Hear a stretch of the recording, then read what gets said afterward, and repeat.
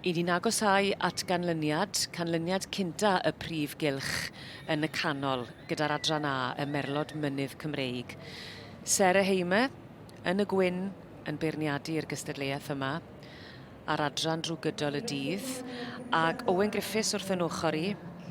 Four Oaks the Ringmaster ar y brig ar hyn o bryd. Mae yna newid wedi bod gyda'r ail a'r trydydd, ond ti'n credu mai fel hyn fydd hi?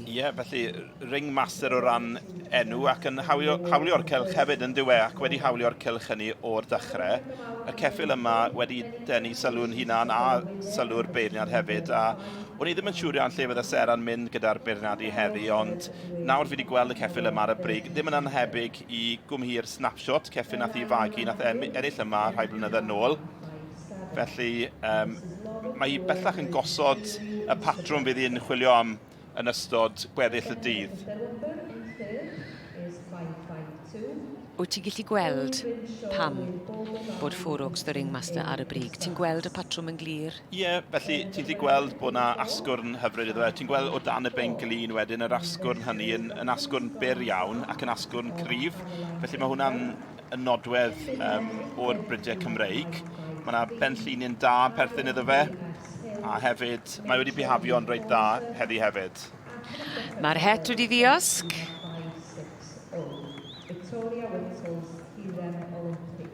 Felly mae yn derfynol. Wir, mae'r het wedi diosg. Felly dwi'n meddwl mae het Edwin Prosser welson ni yn gynharach yn cael ei ddiosg. Mae'n dangos yn dweud gymaint mewn i olygu pan ych chi'n gweld yr emosiwn. Yr holl waith paratoi o flaen llaw, a mae'n talu ar ei ganfed. Ydy, wedi talu ar ei ganfed heddi. Yr ceffyl yma wedi tynnu sylw o'r dechrau, o'r funed gyntaf. Bosib bod hi bach yn emosiynol. Diane Mathias yn cynnig peth cysur o bosib, ond y ceffyl yn heddiannol tu hwnt o'r wobr gyntaf heddi. Felly Four Oaks the Ringmaster.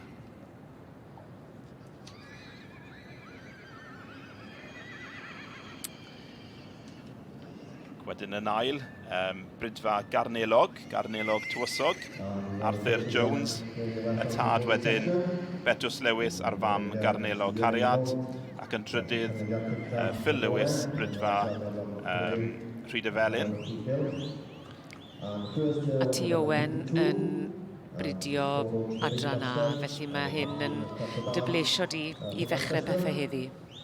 Ydy, mae wedi bod yn gysylltiaeth reit dda. Mae'r tri sydd ar y brig, y tri ni'n gweld yn ddeuniadol tu hwnt, yn gywir iawn ac yn Gymraeg iawn o ran golwg. Ond dornod Four Oaks the Ringmaster yw i heddi.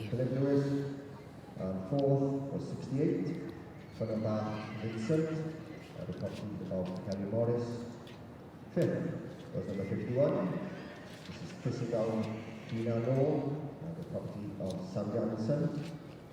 And in sixth went to number 77. This is Kinlery Tadgwyll, the property of Julian and Williams.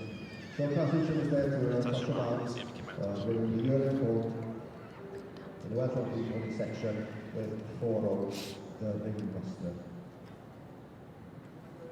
So I'll show you appreciation of she leads around the ring.